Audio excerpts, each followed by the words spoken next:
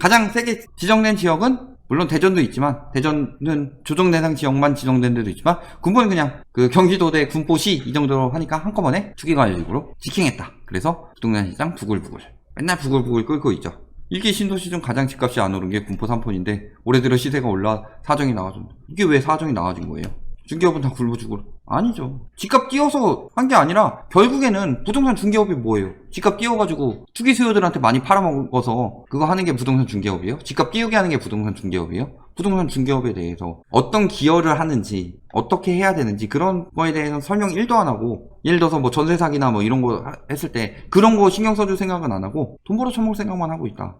다 굶어 죽으라고요? 그전엔 거래 안 됐어요?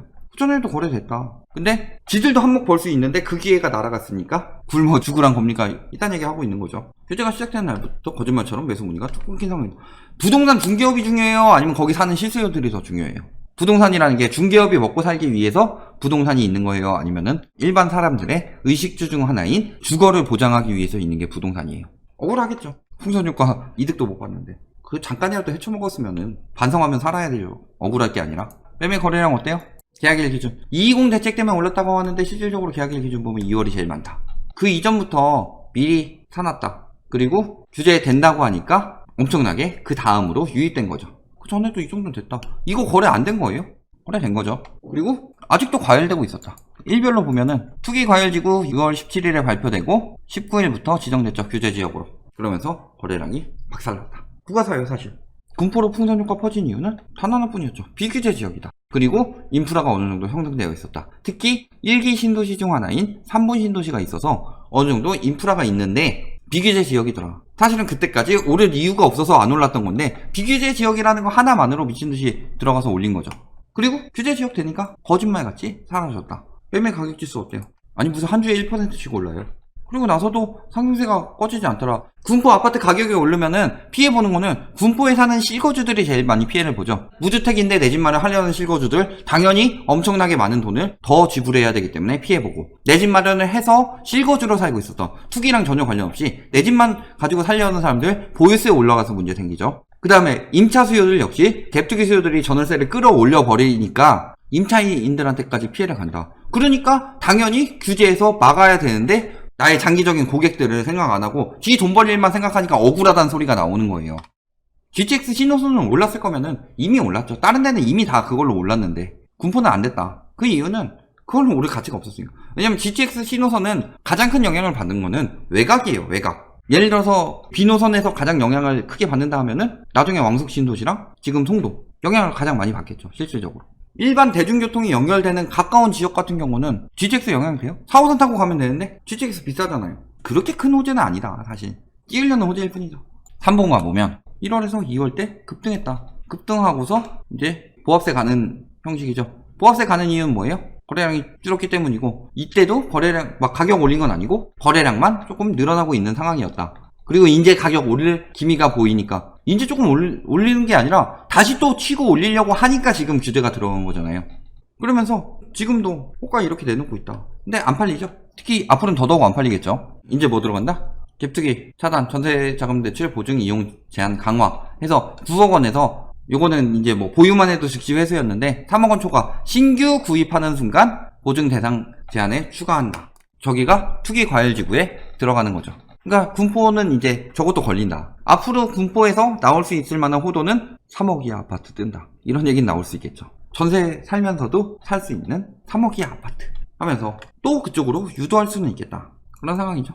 전세가율 재작년만 해도 7-80%에 육박했는데 지금 갭투기 많이 들어와서 60%대까지 떨어졌다. 거의 근서울로 근접해 가고 있죠. 매매가 전세가 갭 차이가 2배 이상 늘었다. 일단은 갭투기 수요가 들어오기 힘들어졌죠. 근데 그때 풍선 효과로 이야기하면서 많이 팔려고 하는데 실질적으로 그때 빠져나간 거죠. 진짜 투기꾼들은 어떻게 한다? 갭이 너무 벌어지기 전에 빠져나간다. 황금성이 더 중요하기 때문에.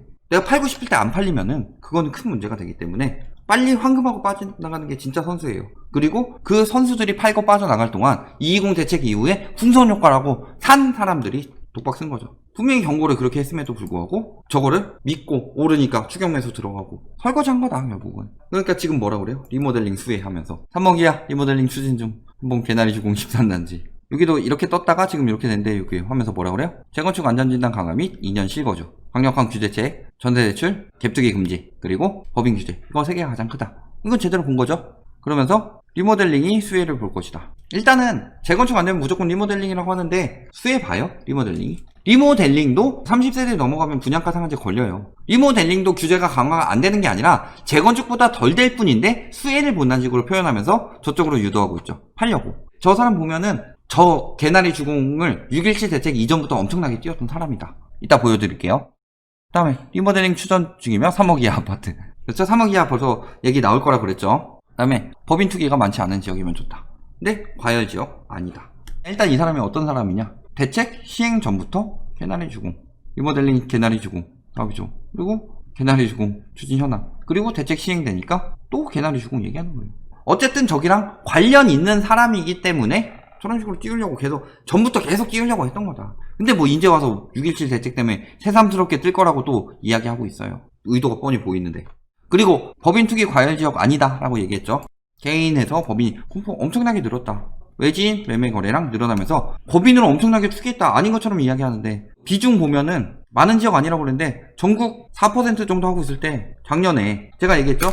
진짜는 220 대책 이후에 팔고 빠졌다고? 언제 샀냐? 작년에 5월에서 8월 사이 8, 9%까지 미친 듯이 샀다. 법인들이 2배가 넘는데요. 물론 떨어질 때도 있지만 진짜 막 이렇게 과열될 때 엄청 많이 사재기 했다. 올해 3월에도 8% 넘게 많이 샀죠. 특히 이 4, 5월에 이제 떨어진 거 말고 그 전에 올해 법인 비중 엄청 많았죠. 법인이 많이 산 지역일수록 어떤 위험성이 있어요? 연말에 그리고 내년 5월까지 굉장히 많은 법인 매물이 나올 가능성이 높은 지역이다. 연말까지는 내년에 향상될 법인세 20%, 10% 더 강화되는 거 피하기 위해서, 내년 5월까지는 최고세율 적용되는 걸 피하기 위해서 당연히 법인 매물이 많이 나올 수밖에 없다.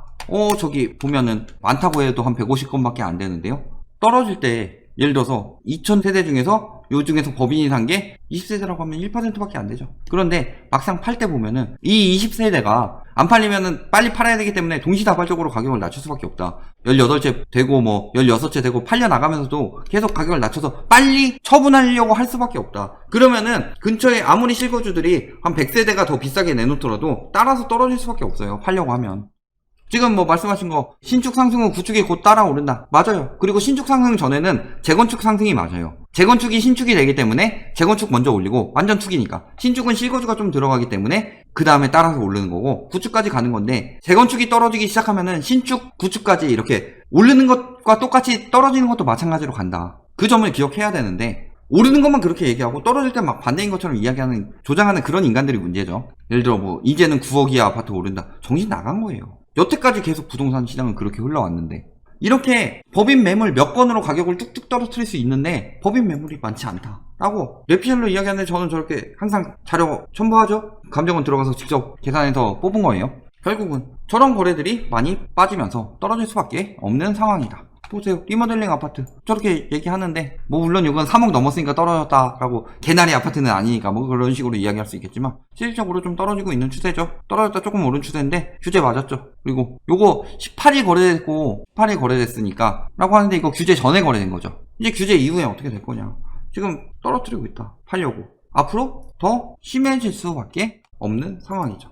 결론, 규제가 안 들어가고 있었다. 작년에도 법인으로 많이 빠져나갔는데 안 들어가고 있었다는, 한 방에 때려잡으려고 대기하고 있었고, 그 전에 이야기했지만 반대가 심했겠죠. 통과가 쉽게 되진 않았을 테죠. 그러니까 기다리고 있었다. 충분히 법인으로 몰릴 때까지. 그래서 법인이 충분히 몰린 다음에 법인의 규제를 때리게 되면은 투기 수요들이 다주택을 사가지고 했던 다주택 투기 수요들의 물량이 대거로 나오면서 가격을 떨어뜨릴 수 있도록 일부러 법인으로 몰고 있었다라는 거죠. 제가 그래서 작년부터 임대사업자 법인 신탁으로 토끼몰이 하고 있다 라고 그랬고, 임대사업자 강화되고 있죠. 물론 9.13 이전에 산 주택에 대해서 강화되지 않기 때문에 이 매물이 나오지 않아서 안 된다. 그러니까 이거에 대해서 당장 폐지하라 하는데, 임대사업자 지금 폐지하면은 미쳐요. 임차인들 죽어요. 그러니까 임대차 3법 다음 정권 때 오히려 명분 만들어서 폐지하더라도 이번 정권 때는 명분이 없잖아요. 그러니까 아마도 자격 박탈 이런 기준을 강화해가지고 그쪽으로 좀 유도를 할 가능성이 굉장히 높아진다.